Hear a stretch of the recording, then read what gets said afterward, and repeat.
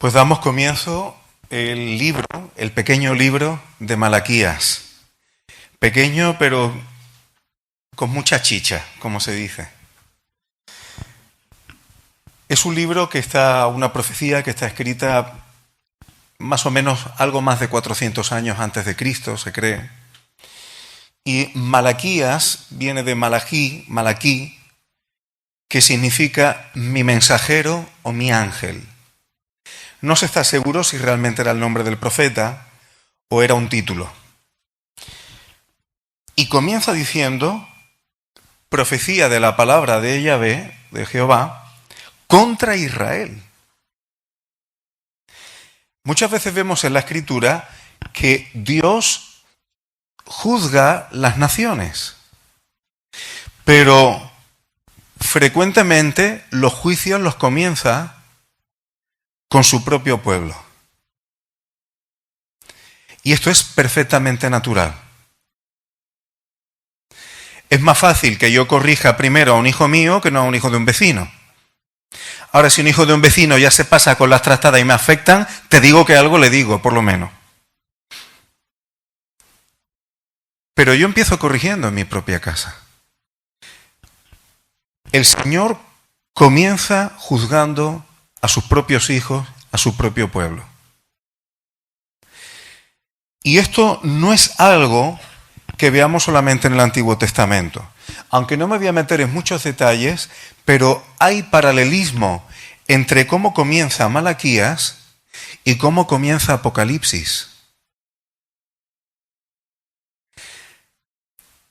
Apocalipsis, ahí podemos ver cómo el Señor va a poner orden en este mundo, va a juzgar las naciones. Pero ¿cómo comienza Apocalipsis? El mensaje a las 7 iglesias. Y dice el Señor Jesús, escribe al ángel de la iglesia en. Malaquías significa mi mensajero, mi ángel. Y en estas iglesias el Señor dice, aunque tienes esto, pero tengo contra ti. Es decir, el Señor utiliza una terminología parecida a la que vemos aquí en Malaquías. Así que el Señor va a hablar contra su pueblo y le va a poner en orden determinadas cosas. Y yo no voy a hacer un estudio exhaustivo del texto, pero sí voy a ir directo al grano de cosas que creo que podemos aprender de aquí. Versículo 2, dice el Señor, yo os he amado y vosotros dijisteis, ¿en qué nos amaste? Esto resulta hasta ofensivo. Dios procurando constantemente que su pueblo se vuelva a Él, a pesar de que no lo hacían, los sostenía, los cuidaba, les daba la abundancia de pan, de cosecha y todo, con lo que luego ellos cogían y adoraban y lo ofrecían a ídolos. Lo vimos en Oseas. Y ahora dice, ¿en qué nos amaste? ¿Habéis visto un niño pequeño consentido? Proverbios, la segunda parte de Proverbios 29:15, dice, el muchacho o el niño consentido avergonzará a su madre. Seguro que esto lo hemos visto alguna vez. Los espectáculos que da y cómo avergüenza a los padres. Da vergüenza ajena cuando uno contempla esto. Un niño consentido, un niño al que se le dan las cosas, pero es consentido, no las valora. Cree que es la obligación de sus padres de ponerle todo por delante, y cuando crecen así se creen que el mundo les debe algo y se convierten en tiranos, no aprecian, no valoran nada. Y aquí Israel funciona como un niño consentido. O sea, Dios pendiente de ellos, constantemente detrás de ellos, y ahora vienen a decir, ¿en qué me has amado? Ay, Señor, ¿cuánto nos parecemos a Israel? Qué fácilmente nos acostumbramos a que cuando Dios cuida de nosotros, cuando no nos falta de nada, cuando estamos bien, todo parece insuficiente y parece que esa es la normalidad. Cuando el Señor está preocupándose de nosotros, del aire que respiramos, del alimento que tomamos, del techo que tenemos. Y luego dice Dios, amé a Jacob y a Esaú aborrecí. Esto está también en Hebreos. Es curioso. ¿Cuál fue la gran diferencia entre Jacob y Esaú? ¿Por qué Dios amó a Jacob y aborreció a Esaú? Aquí aborrecer no es lo odio como para pisotearlo. Es simplemente que Dios lo tuvo en menos, lo apartó. ¿Por qué? Jacob, con todos sus problemas, pero fue un hombre que desde su propio nacimiento luchó, peleó y lo que más procuró durante toda su vida fue la bendición de Dios. Y Esaú, la bendición de Dios, la menospreció por una gratificación instantánea. La vida de Esaú era lo terrenal, vivir el aquí y ahora y ya pechugaremos. Esa es la diferencia entre uno y otro. Y dice Hebreos, por ser así Esaú, Hebreos 12, 16, 17, dice, no sea que haya algún fornicario o profano como Esaú, porque llama fornicario o profano Esaú, por lo que hemos visto, que por una sola comida, por un plato, vendió su primogenitura. La promesa de Dios a Abraham, que tiene unas consecuencias universales, la vendió por un solo plato de comida. La despreció por el aquí y el ahora instantáneo. ¿Y qué pasó? Dice que luego, cuando tomó conciencia de lo que había hecho, dice que la procuró con lágrimas y ya no hubo marcha atrás. Ya la había vendido. Ya había hecho la transacción. La diferencia entre Jacob y Esaú es que uno procuraba la bendición de Dios, el pacto con Dios, las promesas de Dios por encima de cualquier otra cosa. Y el otro, el aquí y el ahora. Esaú era así y se convirtió en enemigo de Jacob. Este problema intrafamiliar trascendió a los hijos y se ha mantenido por generaciones de tal manera que hasta hoy sigue. Los amalecitas descienden de Esaú, de Edom, ya lo hemos visto otras veces. Y Dios le dijo a Israel que tendrían esa lucha por todas sus generaciones y esas tensiones por todas las generaciones. Ahora, Dios castigó a Esaú, convirtió sus montes en desolación. Y Esaú, o Edom, es lo mismo, dice, no nos van las cosas bien, pero vamos a tirar para adelante, vamos a edificar lo que se ha arruinado y tal. Y Dios dice, pues lo voy a volver a tirar. Es un pueblo contra el cual, dice Jehová, está indignado para siempre. Así termina el versículo 4. El Señor se indigna con los que, por una gratificación momentánea, sacrifican todo. Y podremos decir, qué malo Esaú. Pero hermanos, el pecado funciona así. El pecado da una gratificación temporal corta, a cambio de la cual se pueden sacrificar muchas cosas. En un momento de ira temporal, uno puede soltar alguna cosa con su boquita y puedes destruir una relación de amistad, a lo mejor de muchos años. El pecado tiene esas cosas. Da rienda suelta a esa ira, a esa molestia y tal, te desahoga, sueltas un improperio con la boca y puedes cargarte una amistad de años, puedes hacer daño a un alma. Y así pudiéramos poner muchos ejemplos. El pecado funciona así. A Dios eso le indigna. Porque eso es falta de sabiduría. La falta de sabiduría lo sacrifica todo por algo mínimo, temporal y efímero. Así funciona el pecado. Y eso indigna a Dios.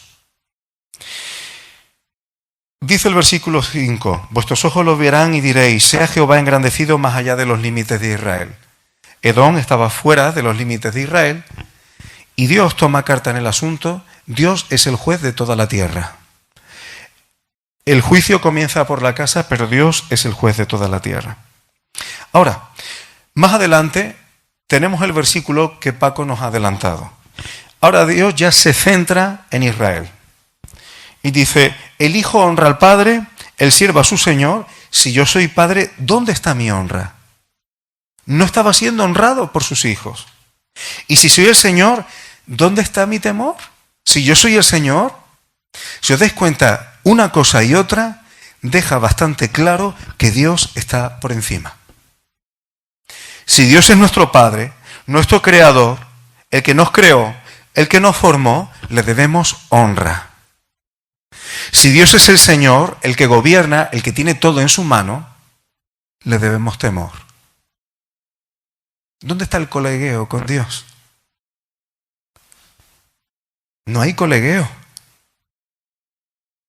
Que Dios nos ame, que Dios tenga cercanía con nosotros, no quiere decir que la amistad con Dios es un colegueo de tú a tú. Podéis mirar en las Escrituras que cuando alguien quiere como coleguear con Dios o con el Señor, ponerse a su nivel, el Señor siempre deja claro que está por encima. ¿Recuerdas cuando el Señor le dice a Pedro de qué manera va a morir al final del Evangelio de Juan? Y entonces pues Pedro, en la confianza que tiene con el Señor, bueno, ¿y qué pasa con Juan? ¿Y este qué? La respuesta del Señor no se justifica, no hay un colegueo en el sentido que estamos diciendo y tal. La respuesta del Señor, Él siempre deja claro cuál es su sitio. Y si yo quiero que este quede, ¿a ti qué te importa? Se acabó el colegueo. Hermanos, al Señor hay que honrarlo. Al Señor hay que temerlo. Ahora, fijaos lo que estaba haciendo Israel, que estaban quitándole honra y estaban mostrando falta de temor al Señor. Los sacerdotes, lo cuento un poco por encima, porque hoy tengo un apéndice que no tiene que ver con el capítulo 1 de Malaquías y por eso voy a resumirlo. Los sacerdotes estaban menospreciando el nombre del Señor. ¿Por qué? Estaban ofreciendo sobre su altar pan inmundo. ¿Recordáis los panes de la proposición? En el lugar santo, en esa mesa, estaban los panes de la proposición. ¿Alguien se acuerda cuántos panes eran? Eran 12. Vamos a quedarnos con el detalle. Estaban despreciando la mesa del Señor y el pan era inmundo. Recuerda esto, había una mesa con varias cosas, esa mesa tenía 12 panes. Y también estaban cogiendo y estaban haciendo la mesa del Señor despreciable, estaban despreciando, lo hacían ahí de cualquier manera. Y también estaban ofreciendo animales para sacrificios que tenían defectos, animales ciegos, animales cojos, animales enfermos. ¿Tú te imaginas que alguien te invite a comer y te ponga comida podrida? ¿Qué honra sería esa? ¿Qué invitación es esa?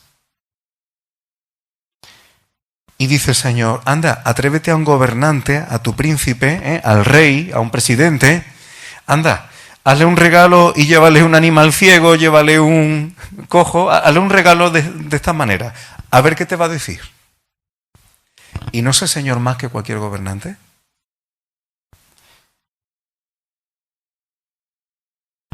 Y le dice el Señor más adelante, vamos a quedarnos con esto, porque luego vamos a sacar una aplicación para nosotros. El Señor le tiene que decir, ¿quién hay de vosotros que esté trabajando, me esté sirviendo de balde? Es decir, lo que estaban haciendo lo consideraban despreciable, pero obtenían beneficio. Eso no es adoración al Señor. Era interés propio.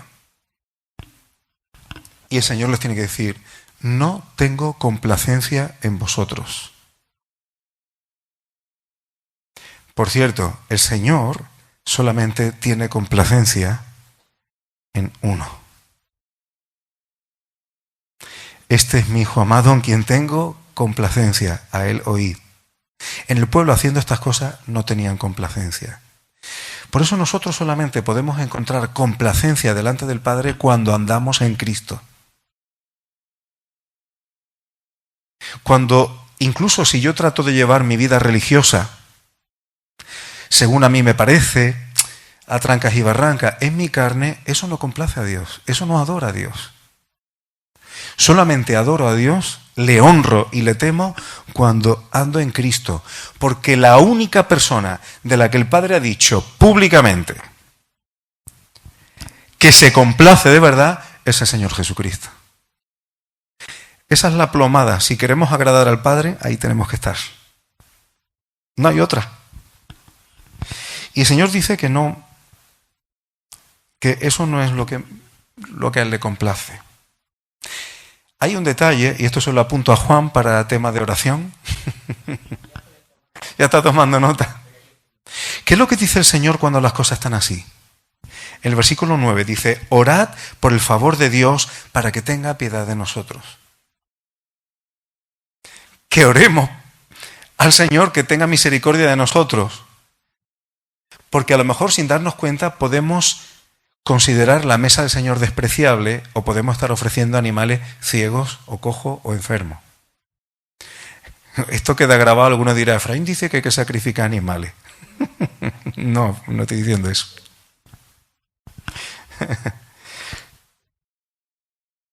Dice el versículo 11, grande es mi nombre entre las naciones y en todo lugar se ofrece a mi nombre incienso y ofrenda limpia. Israel creía, como somos el pueblo de Dios, pues solamente Dios está aquí con nosotros. Adoraban a Dios de mala gana, de una forma torpe, defectuosa, como está diciendo. Y Dios lo que dice, no os creáis. En todo lugar siempre hay personas que buscan a Dios de verdad. Si tú te crees que Dios solamente está pendiente de nosotros en este local, porque somos una pequeña manada muy feliz, te equivocas. En todo el mundo hay personas que de corazón buscan a Dios y Dios se deja encontrar porque le busca de verdad, de corazón. Nadie se crea que tiene a Dios encerrado en una religión, en un local, en un grupo. Eso es un error. Eso es un error. A ellos les resultaba un fastidio esto y despreciaban al Señor. Y termina el Señor diciendo, porque yo soy gran rey. Mirad, hermanos, ¿qué podemos aprender de todo esto? Y quiero cerrar el capítulo. Ellos ofrecieron pan inmundo y consideraban la mesa del Señor despreciable. Eran 12 panes. ¿Qué simbolizaban aquellos 12 panes? Las 12 tribus de Israel, el pueblo de Dios completo. Y ahora coge el Señor y cuando parte el pan y lo parte en esos trozos dice, toma, este es mi cuerpo. Le simboliza a Él, pero se identifica con nosotros.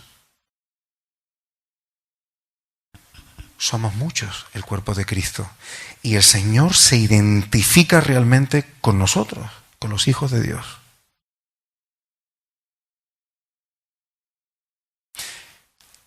Muchos de los animales que se ofrecían eran ovejas, corderos.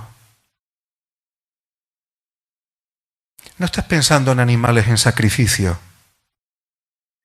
Piensa, el apóstol Pablo dice que nosotros somos sacrificio vivo para el Señor. Y aquí viene el punto que yo quiero subrayar hoy, que tiene que ver con esto. Si nosotros somos un sacrificio para el Señor, ¿en qué condiciones nos estamos ofreciendo a Él?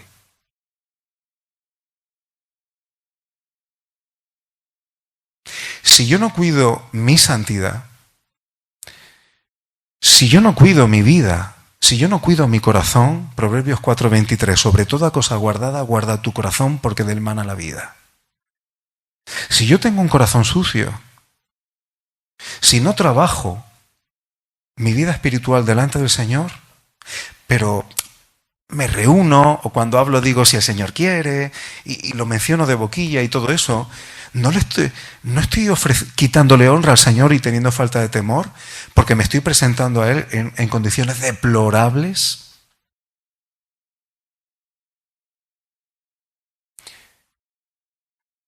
Si los panes simbolizan el cuerpo de Cristo, los hijos de Dios,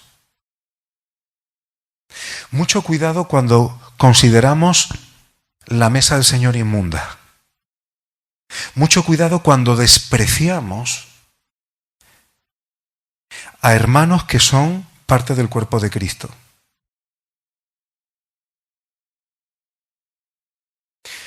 Y a veces puede ser muy sutil. Pero yo os digo delante del Señor, hermanos, que yo he conocido a personas que iban a iglesias que literalmente despreciaban a hermanos suyos y consideraban que algunos de los que estaban en la iglesia, por ser personas humildes, los tomaban por tontos. ¿Sabe el Señor que no miento? Es que sabemos que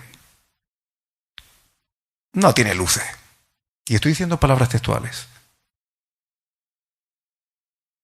Hablar así de personas que han sido compradas por la sangre de Cristo, que el Señor tenga misericordia de nosotros y, como dice el versículo, que tenga piedad de nosotros. Hermano, una cosa es poner en orden lo defectuoso, poner en orden a hermanos cuando andan desviados. Una cosa es eso y otra cosa es despreciar las vidas, los panes, entre comillas, por los cuales el Señor pagó. Eso es serio. Porque si yo hago eso, estoy teniendo por despreciable la mesa del Señor. El Señor dice, ellos son mi cuerpo, y yo los desprecio y los tengo por inmundos. No es ninguna tontería, hermanos. No es ninguna tontería. Por eso debemos valorar, edificar, cada vez que procuramos una edificación mutua. Todos necesitamos ser edificados, necesitamos consolarnos, necesitamos exhortarnos, animarnos para permanecer en la fe, para crecer en la gracia del Señor. Cada vez que hacemos eso, estamos valorando la mesa del Señor. Pero si los hermanos que están en necesidad o necesitan ser edificados, yo los desprecio, bueno, ya sabemos cómo es. Hermano, hay que honrar al Padre, hay que temer al gran Rey. Cuidar de los demás, pero también cuidar de uno mismo para presentarnos delante del Señor, como Él espera, esa esposa, limpia, sin mancha y sin arruga. Hay que valorar la mesa del Señor. Y yo quería compartir esto para que cuando luego recordemos la mesa, tengamos en cuenta estas cosas, tengamos en cuenta la importancia de examinarnos a nosotros mismos. Esto es un símbolo, pero cuando estamos delante del Señor, tomando conciencia delante de Él, de nuestra vida, de nuestros hermanos, de la comunión con los hermanos, todo eso es honrar al Señor, para que no hagamos su mesa despreciable y le honremos y tengamos temor.